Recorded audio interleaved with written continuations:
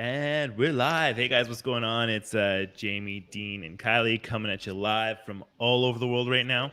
Love and life. And today, the topic, I love this. Who am I? It's been a long road, guys. Like, when did we start our accreditation?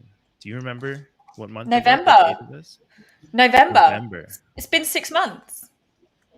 Like, what a journey, what a road. Thinking back, we were just having a little conversation about niches and the people we want to connect with and the people we want to talk to. And yeah, I think there's some big questions that are going to come up here. I know me and my old industry, the people that I connected to the most in there were the people that didn't want to be there and didn't want to be in that same industry. And we all had the same questions. We all wanted to have these conversations and figure out, who are we and like what are we about?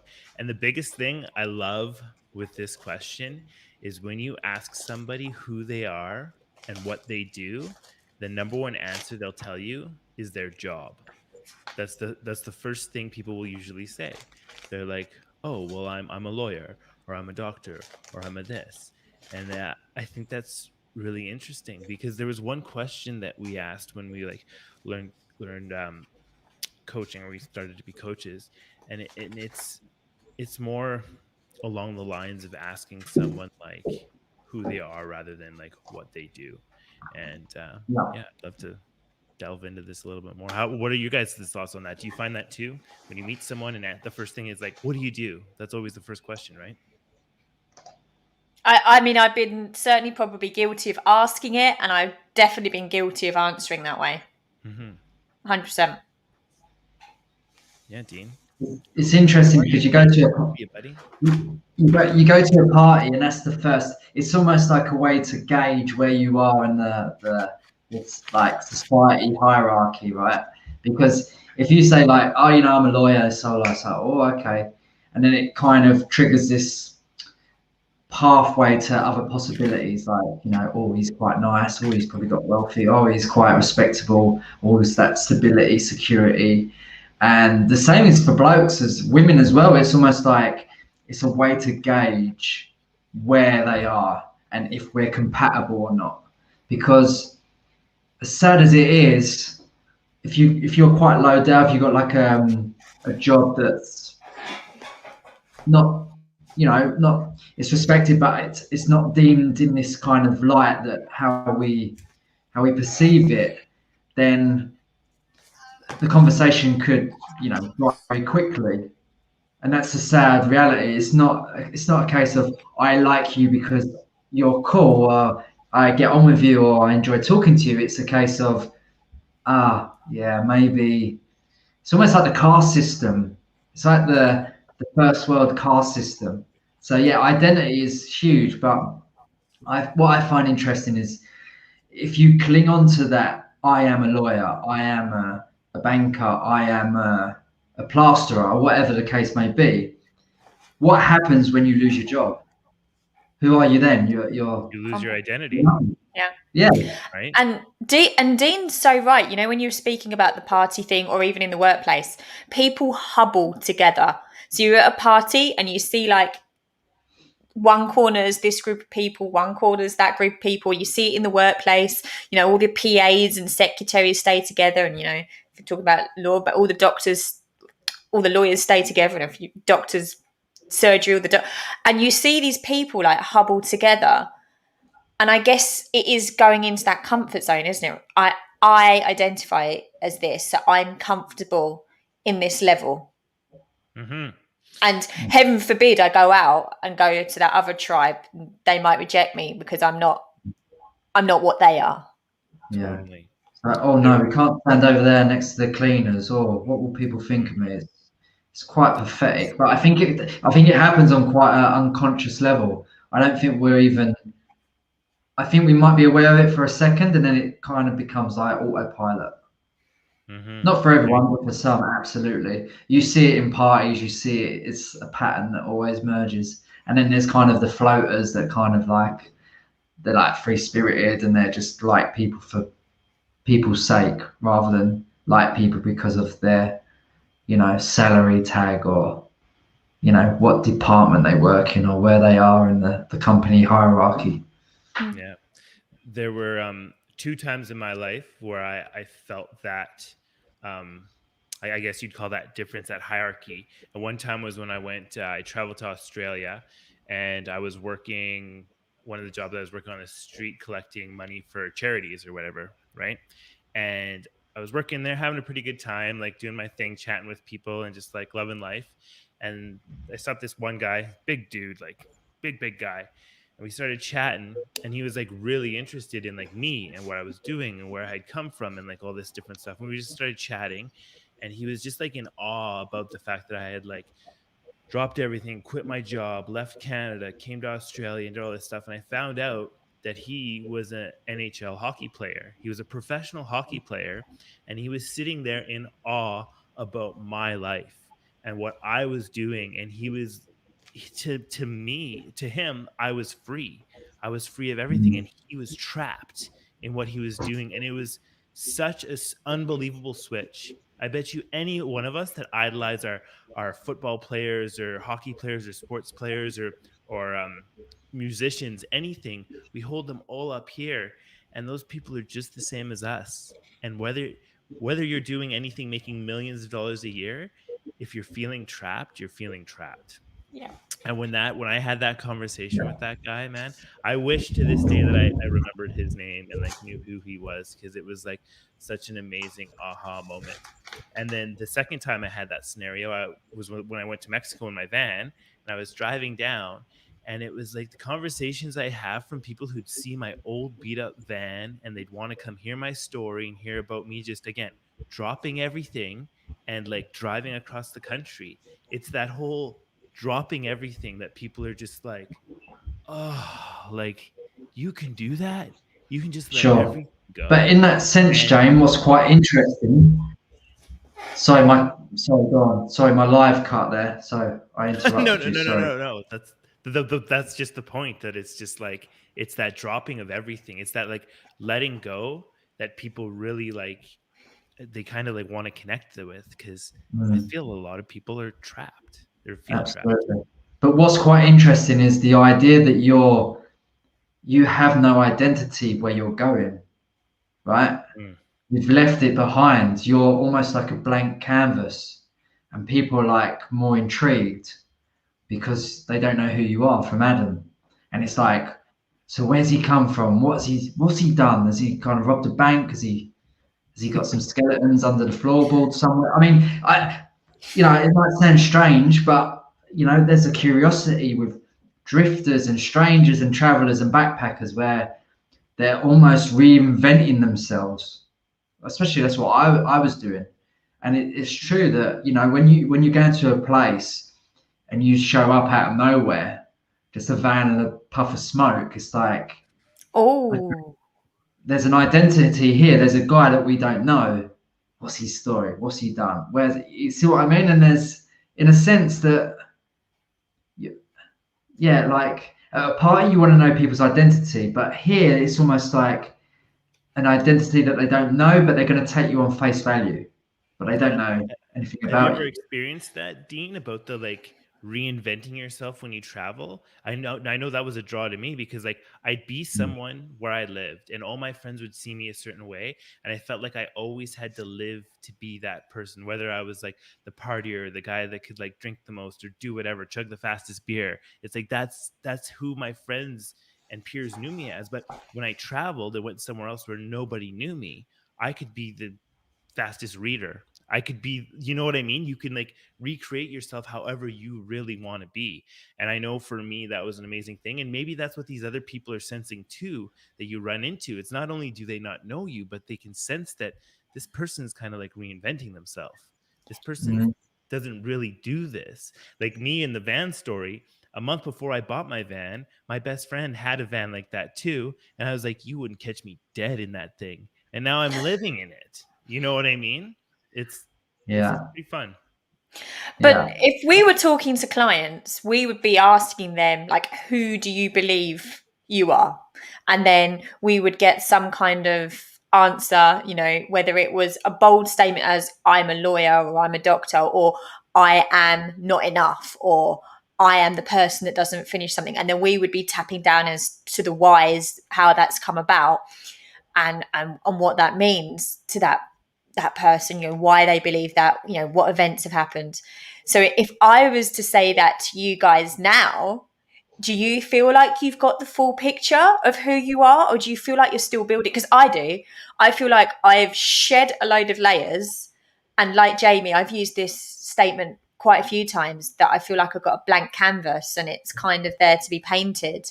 And I feel like I'm only now just starting to put the jigsaw together as to who I am. So where are you guys on that journey? Dean, where you at, buddy? Well, I'm a coach now, which I wasn't. I would dare say a word that I've been kind of tiptoeing around is entrepreneur, because Hmm. I've always been a bit frightened of it.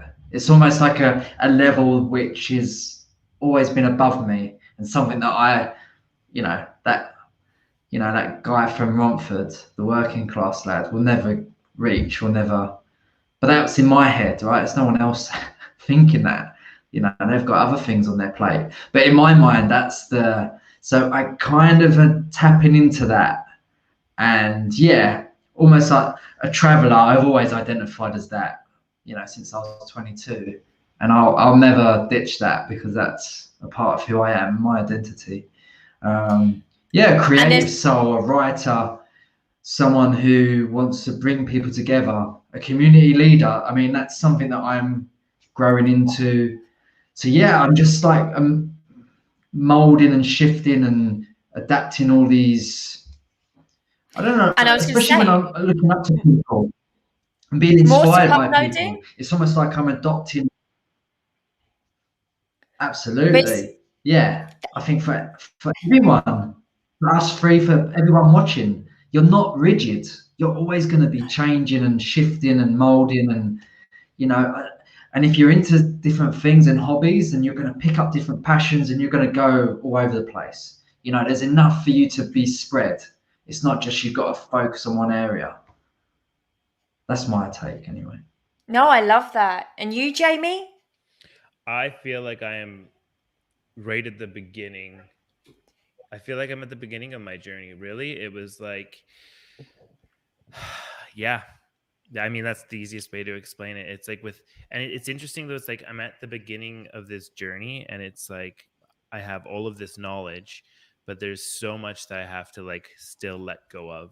That I'm finding a lot is that I'm Mhm. still, whenever I get like scared or I'm unsure, I'm still grabbing on to like that old self and that old part of me, and it's that part I just want to like break free of.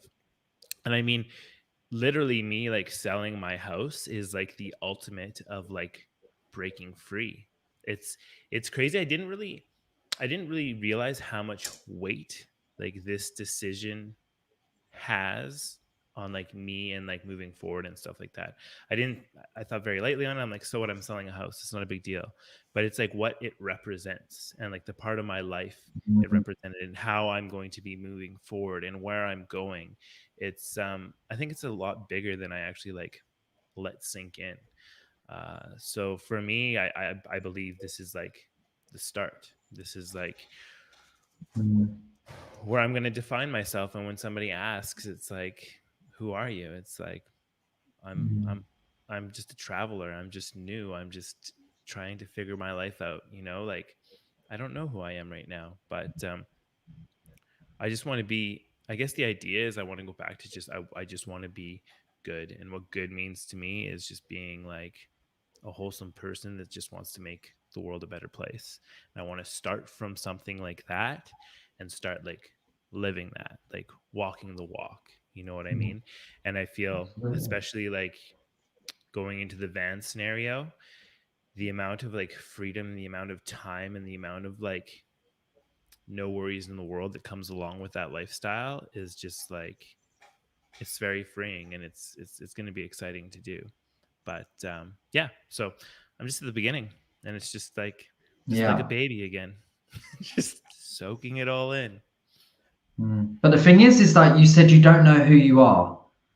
Then let's re-engineer the question. So who are you not? Well, yeah, who am I not? I'm definitely not industrial mechanic, which is defined by, I used to define my job. I'm not I'm not that person. I don't want to be that person that takes so much weight on like what other people say. You know what I mean? I don't want to be that person that lives for somebody else. Which again, going through this whole journey, this whole coaching journey, I used to be the person that I was like, I don't care what people think. And going through this journey, I've realized that I do really care what others think to an extreme case. And I never realized it before. And I think it was more of me not wanting to believe that that was part of me. And now it's like, it's so crazy how even realizing it, it's such a struggle to on a daily basis bring myself back and just be like, who am I? What do I want? You know? And it's like, even with, so for instance, building the van right now, I'm struggling with that because all these people are so excited to see what's going on with the van and what's happening and stuff. And there's this part of me that's like, oh my God, I have to build this thing a certain way so that people are excited to see it. And I have to stop and take myself back and be like, what do I care about? What do I want the van to be like? What's most important to me? And it's so crazy because I feel that anybody in my position would think that way. And so like, why am I worried about like what other people think? Why do I like, I could live in the damn thing how it is right now with no insulation and no walls on it. That's what I could do. I'd be fine like that. So what do I care if there's like beautiful cedar trim and all this crazy stuff that I see on Instagram? And that's an interesting one right there. It's because I see it, and I see what people are liking, and I see what people like, oh wow, that's amazing. So I think,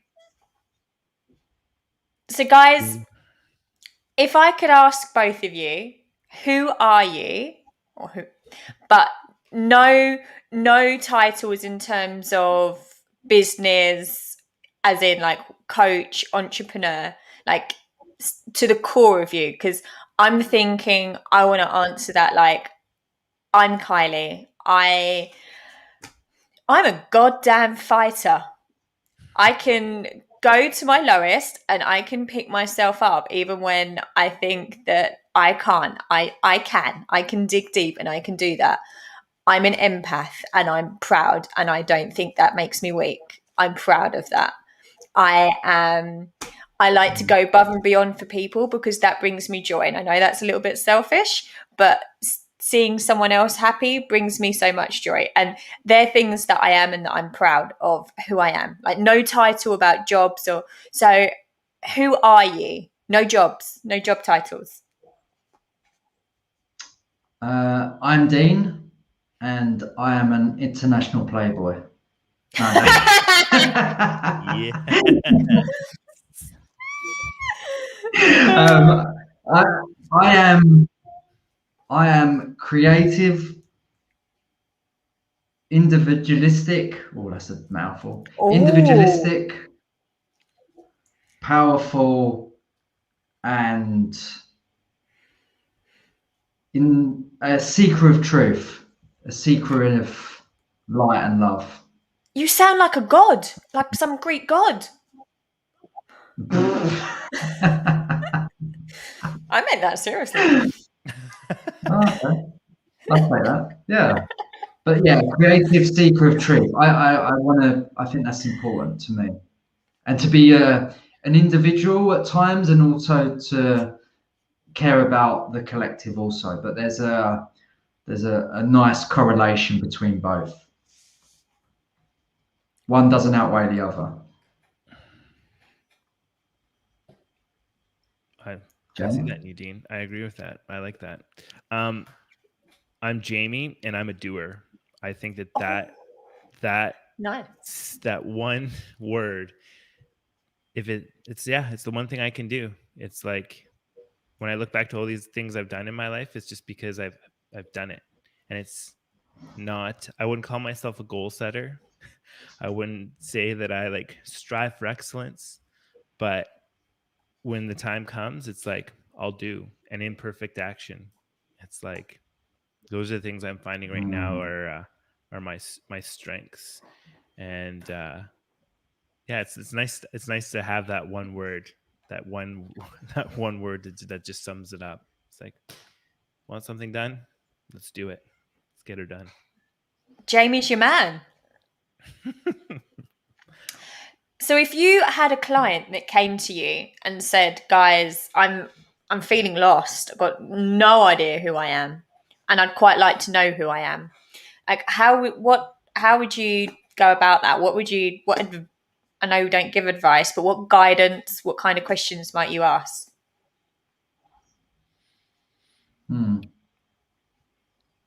I would probably start with their beliefs, because I feel that if they're lost, or they're kind of directionless, or they're stuck, they've probably been bombarded by advice from people, and there's probably something that's limiting them, in the sense that it's quite cloudy, the road ahead is foggy. And I'm only talking from my own experience here as well, is that I just ended up in this like downward spiral.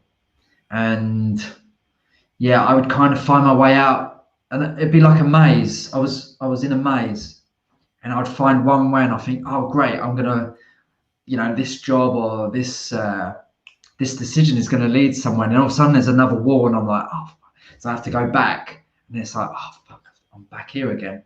But I don't know where I am in the maze. I'm just kind of just going around, and just, I don't know. But then I think there comes a point where you just sit in the maze, and you just think, I'm just going to stay here, because I'm just walking around getting lost. So I would kind of say, I would kind of ask, how did they get to this point? You know, what decisions did they make to get to this point? Because they must have made some decisions, and at that time they were probably doing things that they thought was best for them. So maybe there's a way to say, like, well, you've challenged yourself before and you've got here, so what can you draw upon from that experience and take on into the next place? Because we've been on a journey. So I think it's just about confidence and building up that belief in themselves, and just kind of asking them, like, well, you've come here, you may be 30, 40, 50. You've got this far. So let's draw upon what you've learned and the tools and techniques, and just know that this is not permanent. This is just a phase, a fad. You've got over these stages before, you've got through other things in your life. Let's get through this as well, and let's make a plan. Let's map out your passions, what you're into, what you don't like, what makes you tick, the kind of Yeah. people you want to hang around with. Let's kind of just map it all out and go from there, and then we'll just run with it and see what happens. I love that brutal assessment of like exactly what makes me tick, what do I don't I like, what will I and will I not compromise on, and what do I don't I want out of life, and then that let's build on your strengths, but let's also make a list of stuff that you've never done before and always wanted to. Let's go Yeah. try it. Let's go find some other things that are outside of that comfort zone and like build on that part too. Mhm. Yeah. Because I think at that point they're focusing on, it's not going right. I'm lost. I'm fed up. I used to focus on it so much that I wasn't. I would love a coach to have just tapped me on the shoulder and go, Dean, what are you not seeing? What are you not focusing on right now? Because that focus was on the negatives, the lost, the stuck, the directionless. No one's going to help me. I'm going to be in this job forever, rather than seeing that actually there's opportunities everywhere. And all it takes is talking to one person or making one decision, and everything changes. That domino goes, and they all fall. Yeah. I think a big thing that I find to help people in like seeing those things that they don't see is taking money out of the equation. I always love the $1 million question. Actually, it has to be like the $10 million question though. It's like, if money Mm. wasn't an issue, what would you be doing tomorrow? Because I Yeah. find that so many of us, it's like the struggle, it's not just to survive anymore, but it's to make money. Like, And it's like, whether, no matter what the reasons, it's maybe people need to make money to buy the same car as their neighbor or whatever. It's all money driven. And that's just what like defines how somebody is living their life, whether it's actually aligned with like what they want or what their values are or not. And so I really love taking that out of the equation, just be like, let's sit down, let's have a talk. And money doesn't even exist anymore. Like, what would you be doing when you woke up tomorrow? And to hear people talk about, you know what, I'd just wake up to the sun and I'd go out and I'd put my hands in the dirt and I'd start gardening. And I'm like, oh, what do you do right now? I'm an accountant. It's like, okay, so that might not align, you know? It's like, if you want to touch the earth and you want to be part of the earth and you want to do this, like, okay, let's discover that. Let's delve into that. Let's like get you excited about it. And I've learned too that it's, so say someone says that, you don't just stop and go up to them and be like, okay, quit your job and be a gardener. It's like, that's not it. But it's a start to the journey where they just like, they start connecting with that feeling of why do I want to be a gardener? Why do I love smelling the flowers and stuff like that? And it's those things, like, even like some people are like, I just wish I could play my guitar every day, like music, like these things in life, right? And then there might be that person out there that's a gardener and is like, man, I wish I could just punch numbers into a spreadsheet all day. Oh, I would love that. This back-breaking work, gardening is just killing me. So like, that's the thing, is like not planting those seeds, but letting them do it, you know. And when money isn't part of the equation, I think it's a lot easier to make those decisions. And I love those visualization techniques. I mean, we all had this question asked to us when we were doing our coaching accreditation of, who do you need to become to make that change? And really stepping into that future self and visualizing like those qualities and those resources, I know are a massive help for me, because I actually started to visualize someone that I didn't even know could exist within me.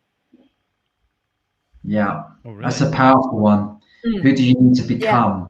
Yeah. Who do you idolize? How would they go about this situation? That's a powerful one. Yeah. You know, if you've got your idol and then you basically come out of your head and you step into their shoes, and then you're looking at it from a completely different point of view, that can be a huge breakthrough, an absolute huge one. Another one I think that goes lovely, like side by side with James, is not only the money question, but if you couldn't fail, what would you do? What would you attempt? Because I think money and failure, they're the two like anchors out there. And you know, if you can combine those questions together somehow, because failure is, I mean, I think I'm not going to say that word. I think most people would have been through that, and you know, rejection, failure, money. I think they're the three catalysts. I mean, that's one of the first questions I start with in nearly all my coaching sessions, because we get something to then come out of the client that they wouldn't normally say. You know, what would you do? What would you attempt to do if you knew you couldn't fail? I mean, that's something that we don't give ourselves the space to really sit down and think about and visualize and hear and like feel. And then when you've got that, you've got something to work with, because you're getting to the essence of why someone might feel a little bit stuck. You know, Jamie mentioned it earlier, you know, that accountant gardener situation. Well, if you're sitting at a desk all day, punching in numbers, looking at a spreadsheet, but where you really want to be is outdoors with nature and that's your happy place, then you're not going to be aligned. No. Yeah. But what's interesting as well is that the beauty around those questions is the fact that you're giving the client permission to drop that expectation, to drop that pressure. They can leave that at the door and they get a free punch, right? It's like walking to a boxing ring and having a free punch at someone, because they, you know, it's like an opportunity just to like, go on, just tell me just what's on your mind. Tell me what it is without that pressure of money, rejection, and failure. And they're going to come out with some weird and wonderful, wacky things. I think that's a super powerful question. Go on, Jamie. I knew you were going to say something then. I think that a coaching session is almost like a 1 hour window to be able to redefine yourself. If someone came into a coaching session with that idea that it's like, I'm going to come into this and I'm going to check myself at the door and I'm going to reinvent myself during this session. I'm going to open up. I'm going to say the things that I really want to say that I might not say to my friends or those other people. And that's what I found talking to each other as coaches and stuff like that, especially when we first met, we first started the program, the amount that people were opening up and the amount that people were saying to each other that they might not have ever said to a single soul before was unbelievable. Well, Like, that's it. You're finally in a safe space, right? Someone's asked you that question and no one's going to laugh at you. No, you're not going to be rejected. No one's going to, stamp all over your dreams. No one's going to laugh at you. You can be as bold and whatever can come out. This is your space. This is your time. And I guess it's that safety, right? That you know that whatever comes out, it's okay. You can say that in this space. Yeah, absolutely. And that's powerful as well, because to have someone, one, just to keep that space, and two, to be there in your corner and just be neutral about it. There's no ties, there's no biases, there's no interconnecting relationships. It's just, you can say it. Just say it. Whatever you got, just say it. And that's, there's people maybe don't feel that they have the opportunity or the trust to do that, possibly because it gets a bit more complicated when you know people. And to have someone that that is there in your corner. I'm using a lot of boxing analogies, sorry, but to have that, and to say, like, don't worry, after the bell goes, you're going to come back, we're going to have a chat about it, I'm going to give you a few more, maybe something you're not kind of seeing, and go out there and do it again, and win that round. And that's it. That's the extra cherry on top, right? Not only are you talking about something that you might be afraid that other people might reject or laugh at or whatever, but you're actually going to be working on it. Like, this is something that that actually, when you start to take the layers back, this could be something that you really want. And this is the direction you want to go in. So that means that's what we're going to be working towards now. So it's now about making that dream a reality. Yeah. No, it's amazing. And I think that's the big thing is with this, who am I? If anybody gets the opportunity to come into a coaching session with someone, it's like, just remember that you're whoever you want to be in that session. You make the calls, you make the decision, because there's nobody else in there that's telling you who you need to be. And I think that's kind of one of the essences, the essence of coaching. Here I am making up words. Put that in the English dictionary. It's a great word. I'll ring up to that tomorrow. A sensei. Sensei say. We'll get a t-shirt. Oh, t-shirts. Sweet. Awesome. Yeah, I mean, that's it. The question, who am I? It's a pretty amazing one. I think it's a good thing to open up when you meet someone and just be like, who are you? Ask someone that when you first meet them. And I think what would be interesting is those that are watching on the replay or live, put yours in the comments. Yes. Sorry, what other people say. Like, we've told you ours. Like, this is a safe space, and I'll be looking through the comments anyway. So if there's anyone getting a bit sarky, don't worry. I've got a silver tongue on me when I know I'm nice, but I won't stand for none of that nonsense. So yeah, be bold, be brave, and tell us who you are. Yeah, and Dean's right, because also us seeing your comments, that gives us an opportunity to grow and know what you guys maybe want us to talk about next and what's on your mind. So please comment. Yeah, totally. And if you feel like being snarky, come at one of us, and like Dean said, we'll straighten you out. Yeah. But we'll do awesome, guys. the old chop. Hi. Sweet guys, cool. That was awesome. If you guys rather check us out on podcasts, if you guys like Sensei. podcasts, come check out the Threedom Coaches and YouTube if you guys want to check us out there and check out our older material. And even let us know how we're doing, what you want to hear. Like Dean said, it's like all the feedback's good feedback. So awesome. Okay, guys. Until next Monday, have a good week, and Sayonara. catch you later. Bye. Adios. Ciao.